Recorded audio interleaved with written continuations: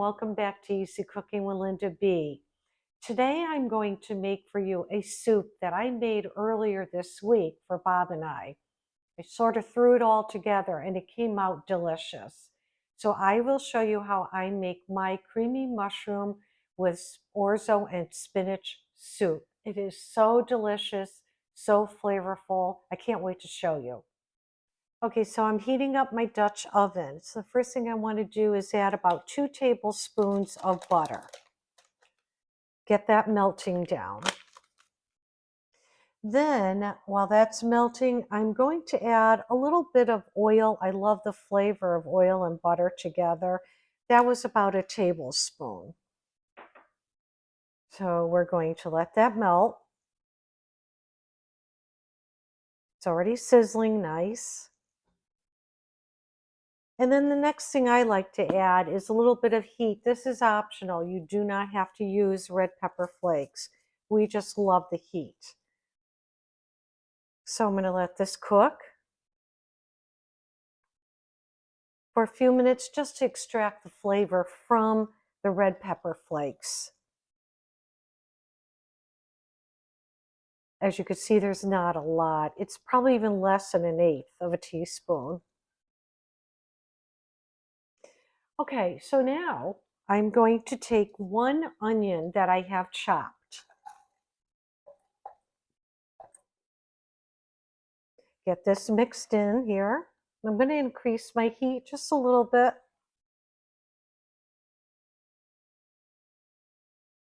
So what I want to do at this point is let my onions cook maybe for about 4 minutes so they start to get a little tender. And then I'll add the garlic and a few more things and I'll show you what they are. Okay, so the onions have been cooking for about 4 minutes and they're looking very nice. And of course, I'm now going to add garlic.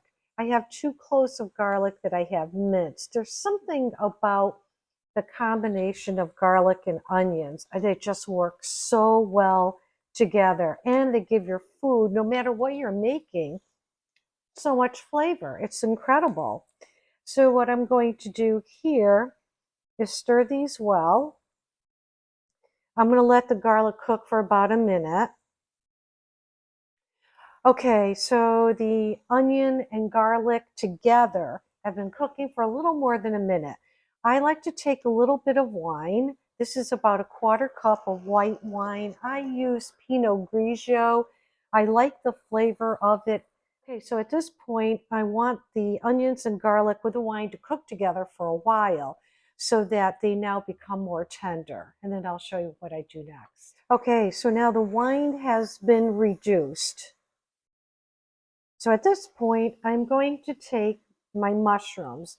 Here I have baby Bella mushrooms. They were whole. I removed the stems, chopped the stems, and also the mushroom itself. So this is one, I think, 10-ounce package of mushrooms. What I need to do is cook the mushrooms for a little bit. This will help bring out their natural earthy flavors. So I'm going to get this mixed right in here. So at this point with the mushrooms, what I want to do is I want to let them cook for a few more minutes before I add a little bit more flavor. Mushrooms have been cooking for about 3-4 minutes. Now, this is optional too. There's a lot of optionals in this particular video, only because it's a soup that I threw together. And if there's a flavor that I'm adding you don't like, just don't put it in. I also like to incorporate a little bit of Worcestershire sauce. I believe it brings out the umami flavor. I'm going to put a couple of dashes. I don't want it too strong. I don't want it to overpower the mushrooms. Mix this in well. And now here is where I also want to add a little bit of flavor. So I'm going to take salt and pepper. I'm not going to put in too much salt. I'll tell you why. I'm going to be using Better Than Bouillon chicken flavor in here, and it's very salty. So I'm going to go easy with the salt. But I will add a little more pepper, though, that it could use. Okay. Oh my goodness, this smells so good in here. Ah, pretty soon you're going to hear Bob's stomach growling. He's shaking his head no. I know he's dying for a bowl of this. Okay, so another thing I want to add is spinach. Okay, this is fresh spinach. Now I have probably about 2 cups in here, but you can use frozen. The first time I made it, I used frozen, and now I want to try it with fresh. And they're both probably going to taste just about the same. So if fresh is convenient for you, just use that. Okay, so I want to mix this in and get this cooking. So this will melt down. What I did with the spinach though is I did chop it because you don't want it into big pieces or big leaves. So I just cut it down into smaller size. And besides, the soup is really about the mushrooms. So now I want to let that cook down for a little bit, and then I'll come back and I'll show you what I do next. Okay, so now what I've had to do is decrease my heat because I don't want to burn the mushrooms. I don't think they will burn, but I'm always very cautious. Right now, they're pretty tender. They smell amazing. Now, what I want to do is add a little bit of chicken bouillon. Now, you can use chicken broth out of the box or can or whatever. I'm going to do about 4 cups of the chicken broth, and then I'm going to add more to it, and I'll show you what that is. So what I will do now is I'm going to take a good heaping teaspoon of the chicken bouillon. You could use whatever bouillon you like, whatever flavor, but in this case, I'm going to recommend the chicken. You could make it with vegetable if you could find that. I don't know if I would do it with beef, but that's up to you. If you like beef, then go ahead and do that. So mix this in well. Now what we're doing is we're building our flavors for this soup, and it is going to be so delicious. I promise you, if you try it, you will love it. Okay. Now, one thing we want to do also is we want to thicken the soup. So what I have here is 2 tablespoons of all-purpose flour. I will sprinkle this all over the mushrooms like this.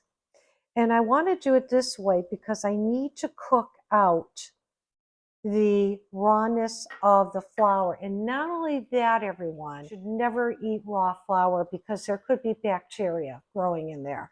So please always make sure you cook it. All right, so that's what I will do here. Stir it, make sure it's in there very well. You'll see that things will start to thicken up. There's like no more liquid left behind, which is what will happen because now the flour is absorbing it. Okay, so I'm going to let this cook for a couple of minutes because I want that flour cooked, and I'll show you what I do next. All right, so now this has been cooking for about 3 minutes. I have in here 4 cups of water that I put in the microwave for about 2 minutes just to heat it up because I want to try to maintain the heat of my pot here. And I'm going to stir this in. And now what I need to do is bring this up to a boil. Make sure you stir it good because you want to make sure you're grabbing everything from the bottom of the pan. I know right now it doesn't look like a lot, but I will be adding more to this soup. Okay, so what I will do here is bring this to a boil and I'll show you what I'm going to add next. Okay, so now the soup is boiling, which is exactly what I want.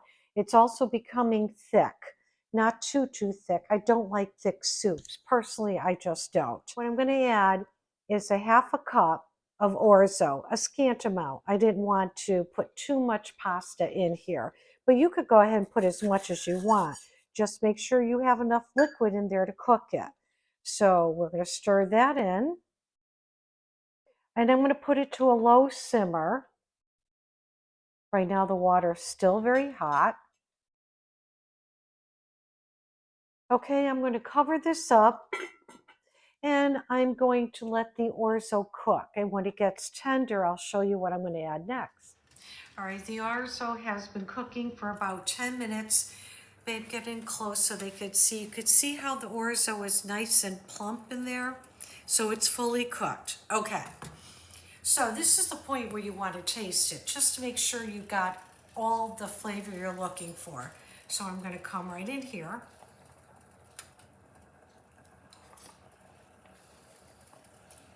Oh yeah. Oh, that's good. Okay, I'm going to reduce the heat. Actually, I want to turn the heat off at this point. The reason I'm turning the heat off is I'm going to be adding milk and cream. And I don't want to have it curdle, so I'm trying to prevent the curdling. So in here, I probably have I don't know, what would you say, babe? About 2 cups? Probably about 2 cups of milk. So I'm going to slowly add this milk in and stirring as I do so. And as you can see, the soup is now becoming very creamy. Just like that. Oh my goodness, that looks so good. And now what I also like to do is add a little bit of light cream, not too much, but just to give it more of a rounded flavor. Just like that. I think that's good. But of course, you could add as much as you want, or you don't even have to add the cream. So yesterday we received a UPS package and it came in it for a perfect time. And here I have these gorgeous bowls right here. These are soup bowls. And guess who sent them to me? My beautiful friend, Karen. Girl, you're spoiling the heck out of me. You got to stop. These are handcrafted pottery bowls. And what's so unique about them are the handles. This is a beautiful glaze they put on it. So I will be serving up my soup in these beautiful bowls. Karen, love you, girl. Thank you. I'm going to scoop this amazing soup. And let me tell you what, guys, this is really good. Perfect on a cold winter's day, which is what we have here. Okay, so this soup would also be perfect with oyster crackers or any of your favorite crackers or even some nice crunchy bread. So now it's time to taste it. Oh boy. This is delicious. Mm. Oh my goodness, it's got all the flavors you look for in a mushroom soup. Again, better than what you get out of the can. Besides that, you also know what's going into the soup. Usually when you buy things in a can, they'll give you a whole list of stuff and half of it you don't even know what it means. Here you know what every ingredient is and you know what it means. So I hope you enjoyed watching my video of me making this amazing mushroom soup. And remember, enjoy life and never stop learning. Bye now.